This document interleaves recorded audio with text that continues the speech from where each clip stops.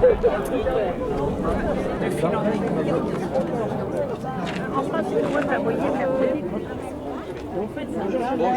tout va bien? Merci. C'est le meilleur.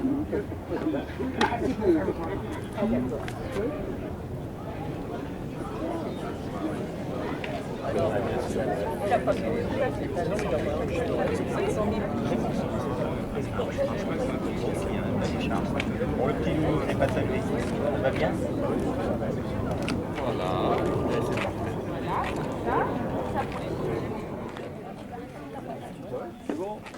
Bonjour à toutes et tous.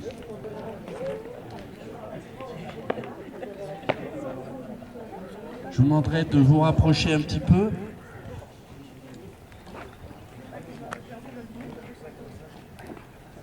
Bonjour à toutes et tous. J'ai le plaisir de vous convier à cette cérémonie de commémoration de la victoire du 8 mai 1945.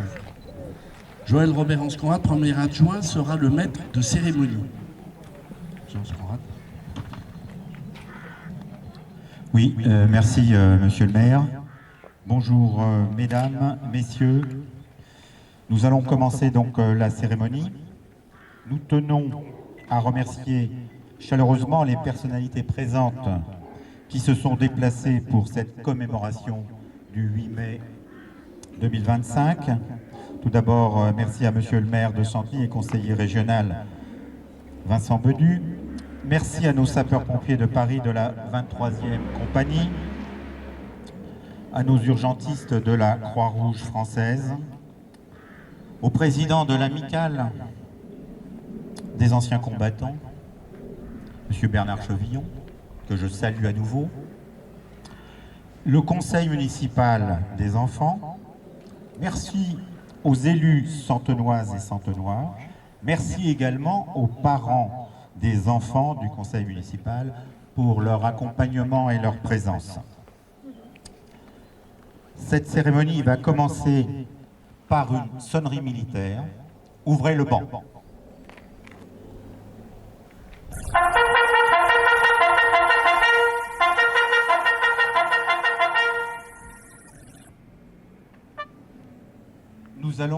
Nous allons maintenant procéder à la levée des couleurs et rendre honneur à l'emblème national qui incarne les valeurs de la République, liberté, égalité, fraternité. Attention pour les couleurs. Envoyez.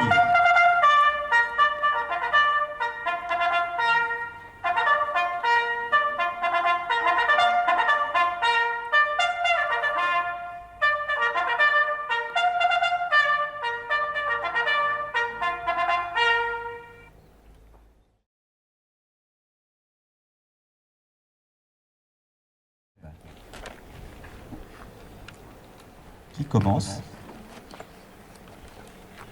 Alors c'est toi. Alors je vais te passer le micro. Chers Santenois, chères Santenoises,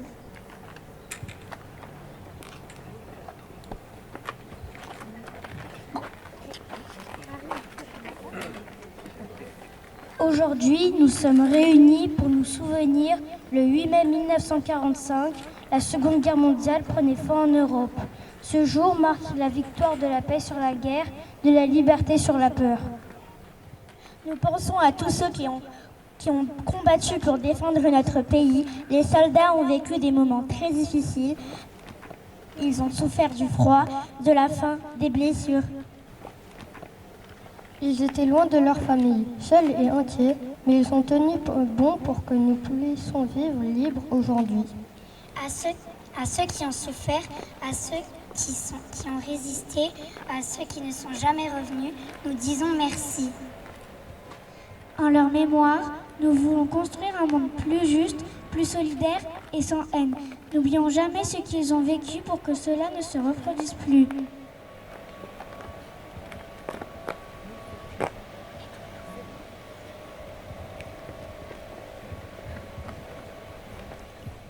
Merci les enfants.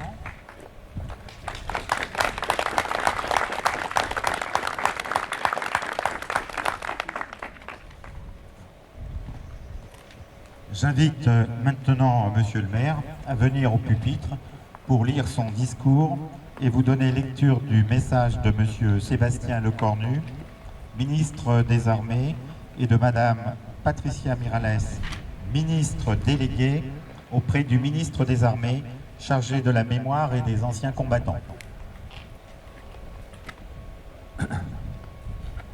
Mesdames, Messieurs, tout d'abord, permettez-moi d'exprimer ma gratitude pour votre présence aujourd'hui.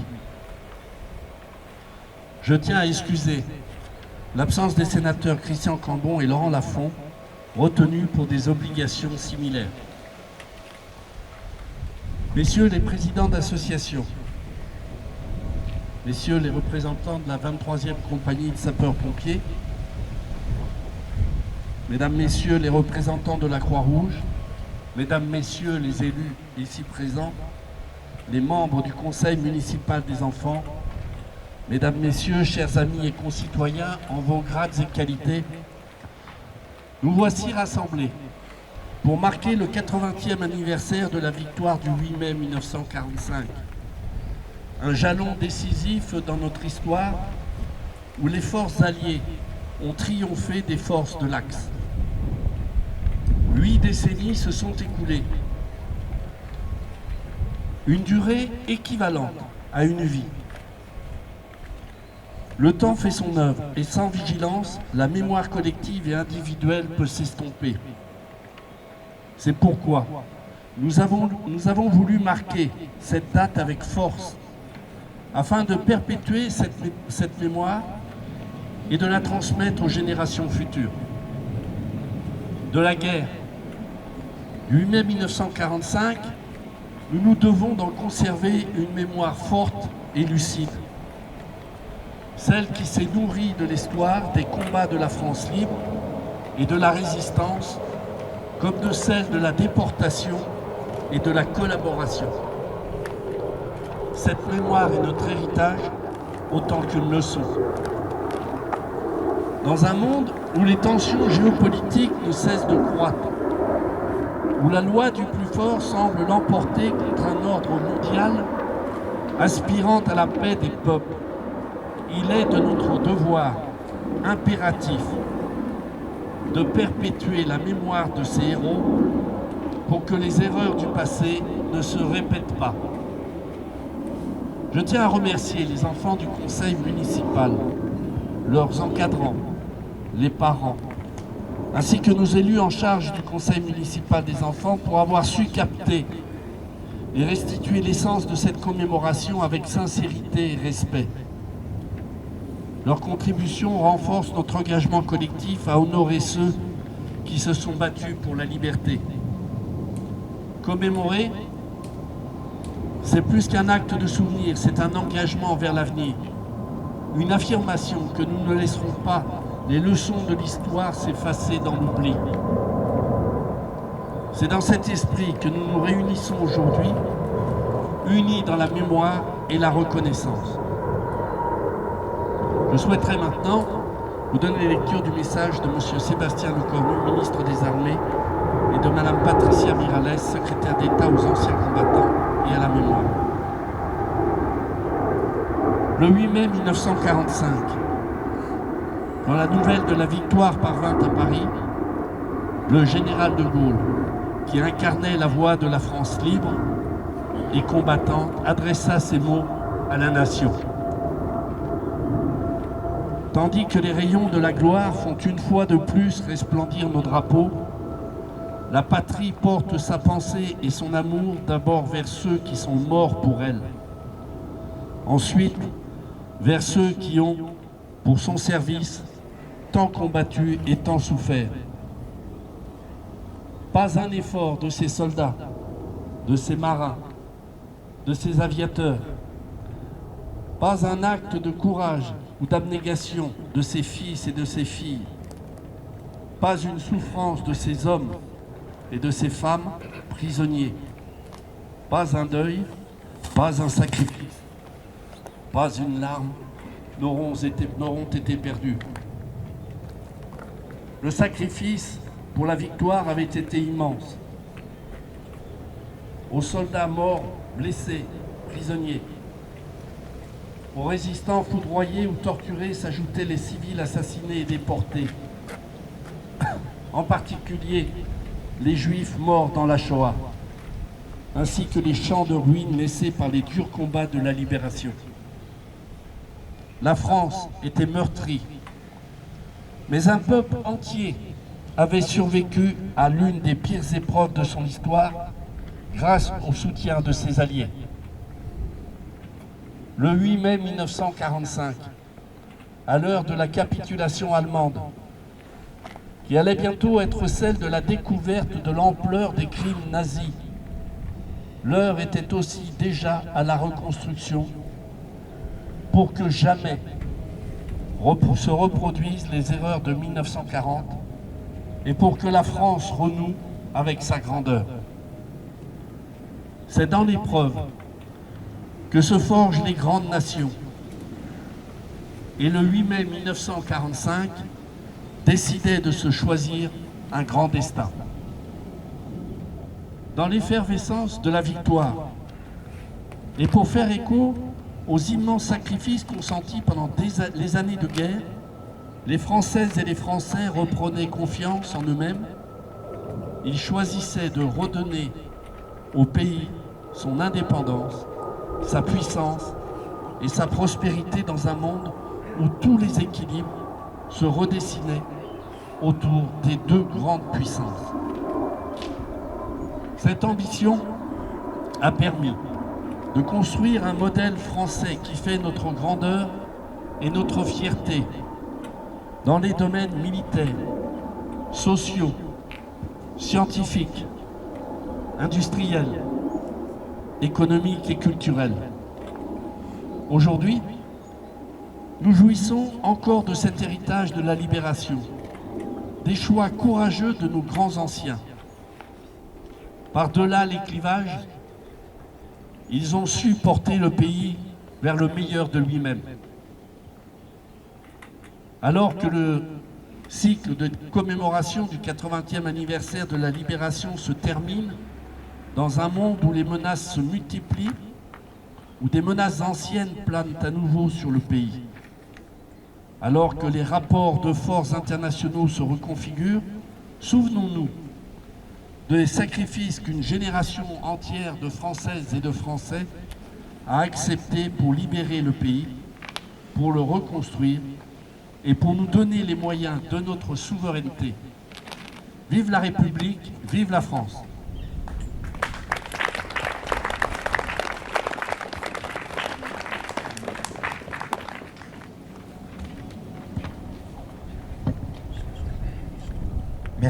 Merci Monsieur le maire. Nous allons maintenant procéder au dépôt des gerbes. Je vous invite à vous tourner vers le monument.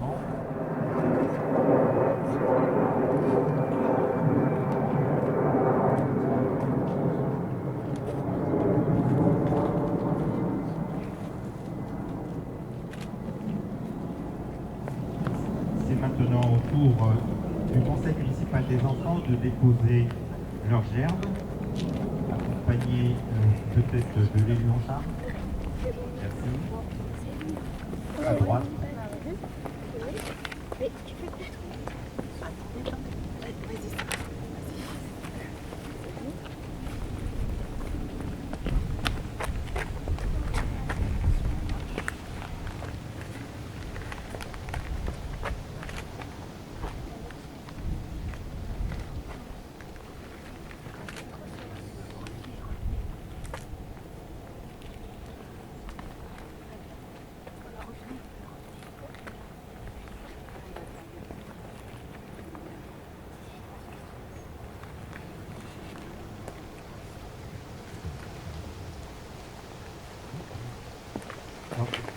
C'est maintenant au tour donc, du maire de déposer donc, la gerbe de la commune avec un élu. Madame Maire Dumont, est-ce que vous voulez accompagner le maire? Merci.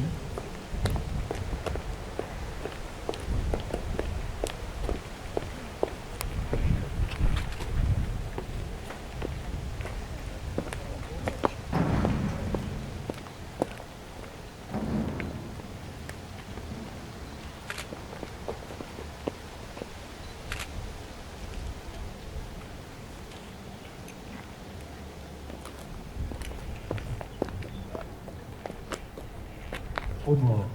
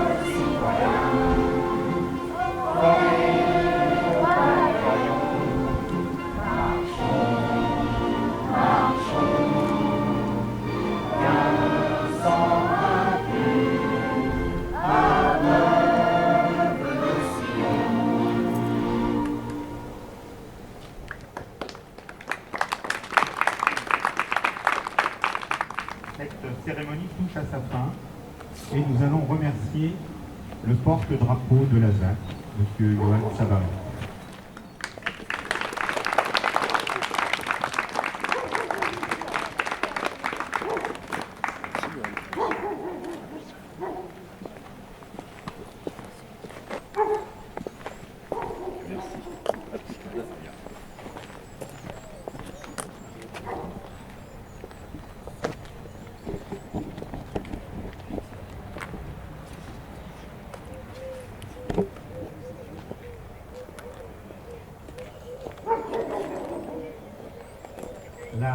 Cette cérémonie est donc terminée. À tout de suite.